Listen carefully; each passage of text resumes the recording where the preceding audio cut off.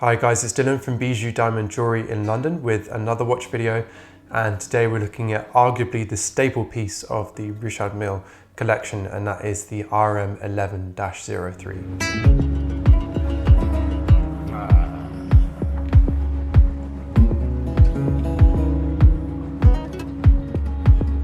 As with all my reviews, let's go back in time and look at the history of the brand. And there's not so much history of this watch, so we're going to look more so at the brand. The brand is a very, very young brand. Richard Mille was founded in 2001, so it's only just turned 20 years old. Amazing that it's done this well in such a short space of time. But we're going to look at who founded it and why. And really, there's two founders, Richard Mille and also his friend Dominique, who they founded it together. They were both in the watch industry prior to founding the brand. Actually, Richard Mille himself was a kind of advisor, like a marketing advisor and business advisor to other luxury watch brands out there. So he was really, in the know about marketing and knew a lot about how to market a watch.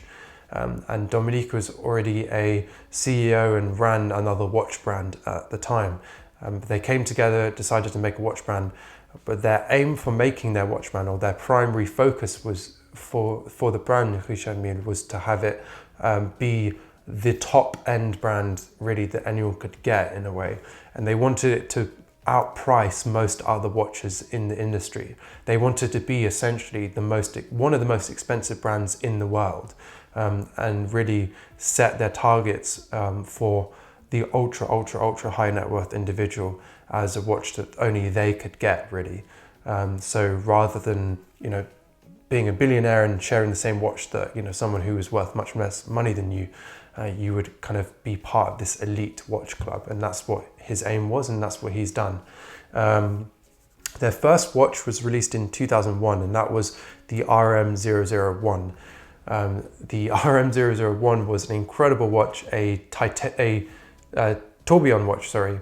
It was in a relatively small tonneau case compared to today's watches, which are obviously much larger wearing.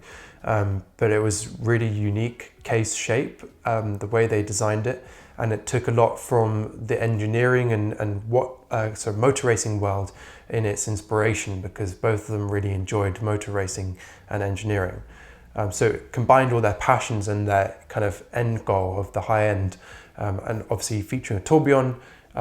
Was priced at a very, very high price point at that time. Later on, they released the RM002, which is my favorite watch. It's a small case size, same as the RM001, and it features a tourbillon and a lovely kind of chopped carbon dial, a skeletonized dial. For me, that's the most perfect RM ever made.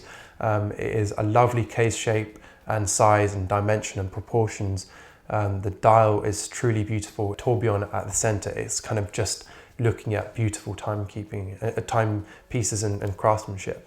And then skipping a few years on to 2007, we saw the release of the RM11 in collaboration with Felipe Massa, the F1 driver, who has since retired. And again, in keeping with the kind of motor racing theme of the brand, that was a really important partnership for the brand.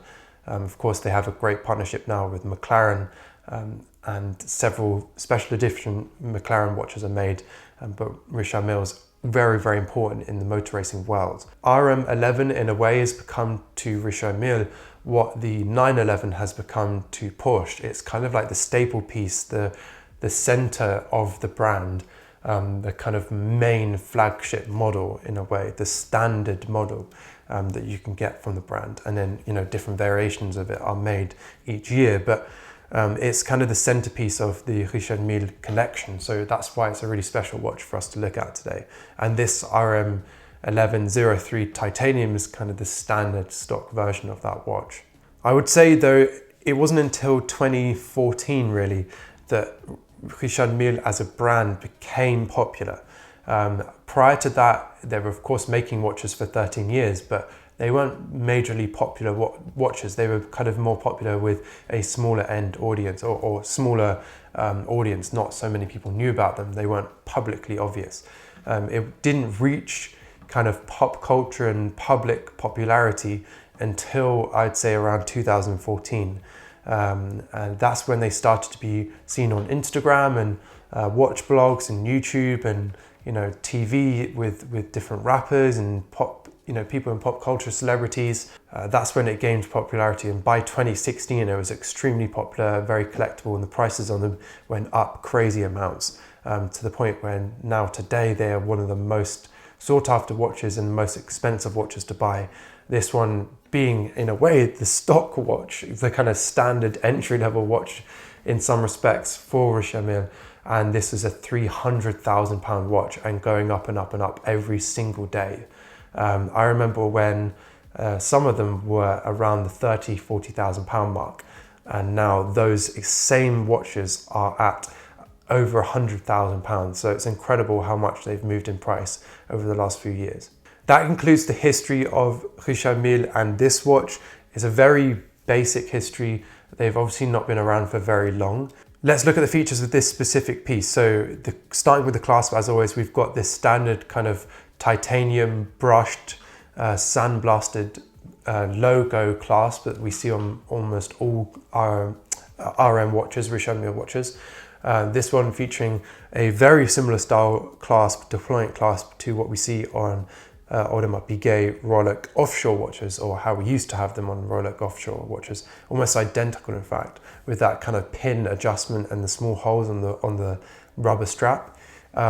Really nice clasp, very solid, really easy to use, and feels really good, which you of course want it to feel incredibly solid when you're wearing a house on your wrist. So good clasp, nothing special though, just a good clasp. Moving on to the strap now, we've got a beautiful vulcanized rubber strap in grey on this particular piece. Really cool design. It feels incredibly luxurious on this watch, and all Richard Mille watches in fact, which is kind of hard to make a rubber strap feel luxurious, but they definitely have done that. Of course, you'd expect that though at a price point of this watch. They do make some watches on bracelets, but majority of their watches come on straps, which I do really respect. I think it suits the style of this piece. And of course, most of the watches are aimed at a sporting market, like motor racing or tennis players or golfers, etc., etc. So it definitely has to suit a sporting wrist, and the rubber does that perfectly. Very often Richard Mille puts, or nowadays puts, vents on their watch straps as well, which allows breathability underneath the rubber, because, you know, straight rubber can make it quite non-breathable and make your wrist quite sweaty. So they've allowed the vents to be there to help aerate the wrist when you're wearing it. And these vents on this specific one, this RM11, the -03, which was kind of a completely redesigned RM11 when it was released with this newer style case, also released with this new bracelet too, or new strap, sorry, which kind of looks again like a more futuristic air vent on a car, very reminiscent of a car, just like the actual case itself. Again, looking at the case, or looking at when they changed the case on the -03 version, they actually took some inspiration from some of the Rafael Nadal watches, and the kind of bobbly style case that they put on those watches, specifically the tourbillon versions of that watch. So those kind of bobbly edges, the bumpy edges on the side of the case, is taken from the Rafael Nadal watches, and it looks fantastic on this watch. I think it actually suits this watch more so than the straight plain original RM11. The reason being is because that watch is a really large watch, or this watch is a really large watch, as you can see. So actually when you make it very plain and simple and just straight edged like that, it actually makes the watch look in some respects too large and cumbersome. When you add those kind of smaller details, it draws the eye away from the edge and kind of makes it more of a subtle edge and not like a large lump of metal on your wrist. So it is definitely a good design change they made on this watch. I think it looks fantastic. The case is a mixture of a few different materials, mainly titanium on this example we're looking at here today.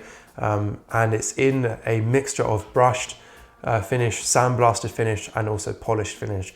Really beautifully finished, not quite as beautiful as something like an Audemars Piguet, which is much more complexly finished, and, you know, Patek Philippe as well. But this definitely does look fantastic It's just more on the simple side. Same goes for the movement as well. It's slightly, even though it's complex in terms of its look, in terms of the kind of skeletonized look of it, it definitely isn't as beautifully finished as Audemars Piguet and Patek Philippe watches. The crown and pushers on this watch are really influenced by cars. The pushers have this kind of car pedal, like racing pedal style look to them, which is really cool. And the kind of pusher edges, or the surrounds of the pushers, are made from TPT carbon, which is found on racing cars and F1 cars, and is a really rare kind of specialist material. So it's really cool to see this on a watch. And the crown itself as well looks a little bit like a wheel from a racing car. That like central locking nut looks very similar to an F1 car. And those kind of dimples all around the edge look again like the locking bolts on a wheel. The movement on this watch, before we come onto the dial, is the AC3 movement, which is totally skeletonized, really cool looking watch. Watch movement. We've got hours, minutes, seconds, and a flyback chronograph, plus a 60-minute countdown timer and a 12-hour total time sub-dial, as well as a date window, and also really unique and strangely a month indicator. I'm not quite sure why they put month indicator on there. Perhaps they put it on there for F1 drivers, because obviously this was aimed at the Felipe Massa collection and kind of the F1 collection that the driver or the user or owner that might be going to F1 races, and perhaps look at the month indicator and see, it's the 5th month and therefore it's this race this month. I'm not really sure why they put that there, but perhaps that's one logic why.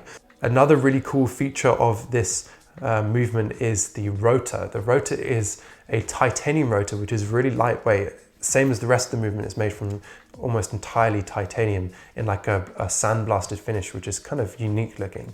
The rotor, however, like I said, made partly from titanium, but titanium wouldn't be heavy enough to be a useful rotor in terms of winding a watch. So that's why often watches are made with 22 karat gold rotors, as they're a little bit more heavy and can therefore be more of a counterweight and a spinning weight to wind the watch.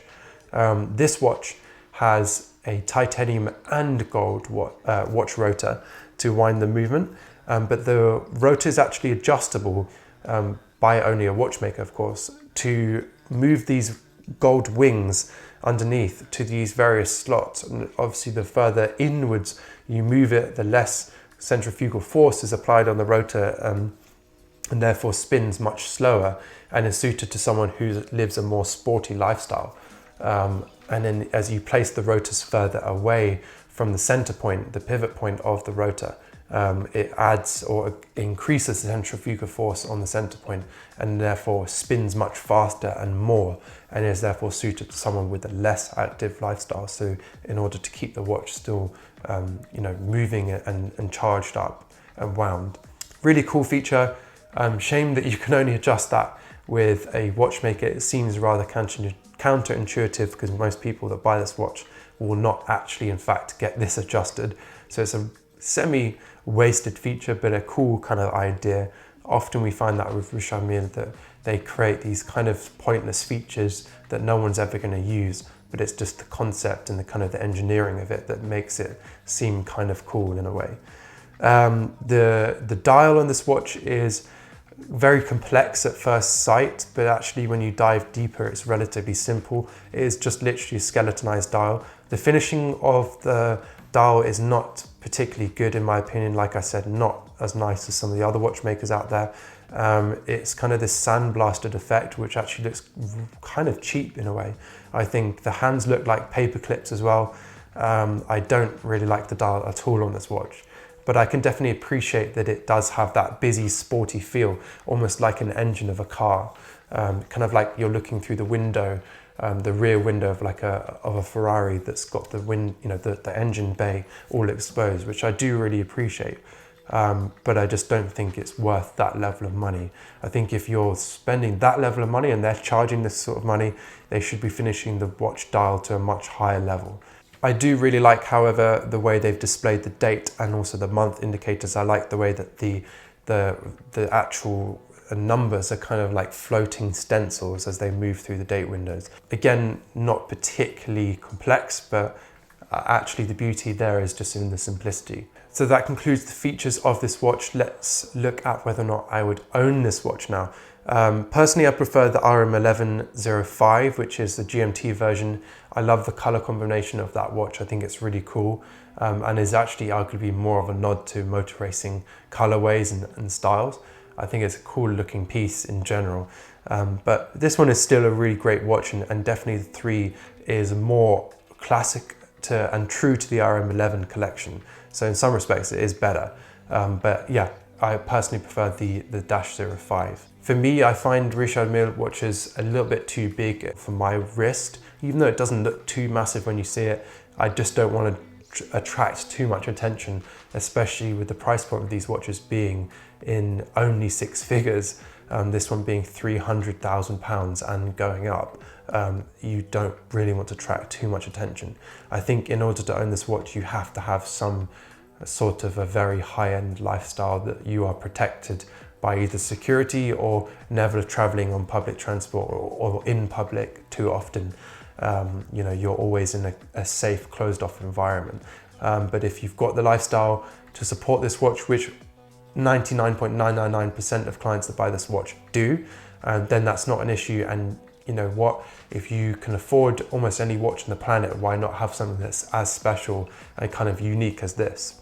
I do find it interesting though how Richard Mille, the brand and an actual owner and founder himself, has treated this in a way like a marketing experiment.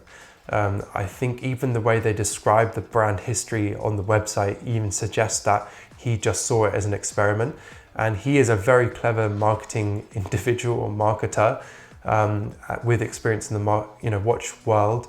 And for that reason, I think he's kind of tricked the whole world into buying these watches at insane prices. And he's used his incredible marketing skills to do so. And the fact he still sees it in some respects as a marketing experiment is quite an interesting one. The watches themselves, no offense, are not particularly good watches. They're not particularly groundbreaking in terms of innovation. You know, Patek Philippe is really the one that truly innovates when it comes to watchmaking and design, and the beauty of watchmaking. Nonetheless, people absolutely love these watches, and they still remain to be popular, and I think they will be for a good few years. But I don't think they will last as long as someone like Patek Philippe has, and continue to grow in popularity and respect as someone like, you know, Patek Philippe, or really more so Audemars Piguet, who is innovating in a much cooler way and classier way. We are interestingly seeing a slight move away from Richard Mille watches and more towards Patek Philippe watches and Audemars Piguet watches, as these watches become so extortionately expensive in the aftermarket world. We're seeing people actually move towards realizing that your money can be better spent in some respects elsewhere, for less money and for far more watch, definitely from Patek Philippe and Audemars Piguet. And actually you gain a little bit more respect among watch collectors when you own a watch like that. These watches in the watch collecting world, Richard Mille is not particularly received well, and often frowned upon in some respects because of the way he's treated this, again, like a marketing experiment. There's no denying that these are incredibly popular watches, and they are, without doubt, some of the best investment watches you can buy. They move up in value so much, it's insane. So if you've got a few £100,000 to spend and you want it to go into something that will definitely go up in value, without question, you will do incredibly well from a Richard Mille watch. Thanks guys for watching. Let us know in the comments what you think about Richard Mille watches. Do you like this RM11-03? It is no doubt a pretty incredible watch and very, very rare. You won't see many of them around. And so definitely, if you're looking for a rare piece that's pretty incredible and innovative, then look no further than a Richard Mille. But definitely we are seeing a movement away from them. Interesting to see what you guys think, as most of you are watch connoisseurs and really appreciate watches in a different way to most. It'd be nice to hear what you think of this brand. As always, if you're interested in Richard Mille watches, then of course we can help you out if you have any questions of them. We can call them into stock. As we do with this watch, we tend to have them in and out so quickly. This one is already sold. In fact, the reason why we haven't reviewed a Richard Mille watch for 5 years is because every time it comes in, it's out immediately. And as I said, details are in the description, and also at the end of the video. It'd be a pleasure to help you out with any watch you may require.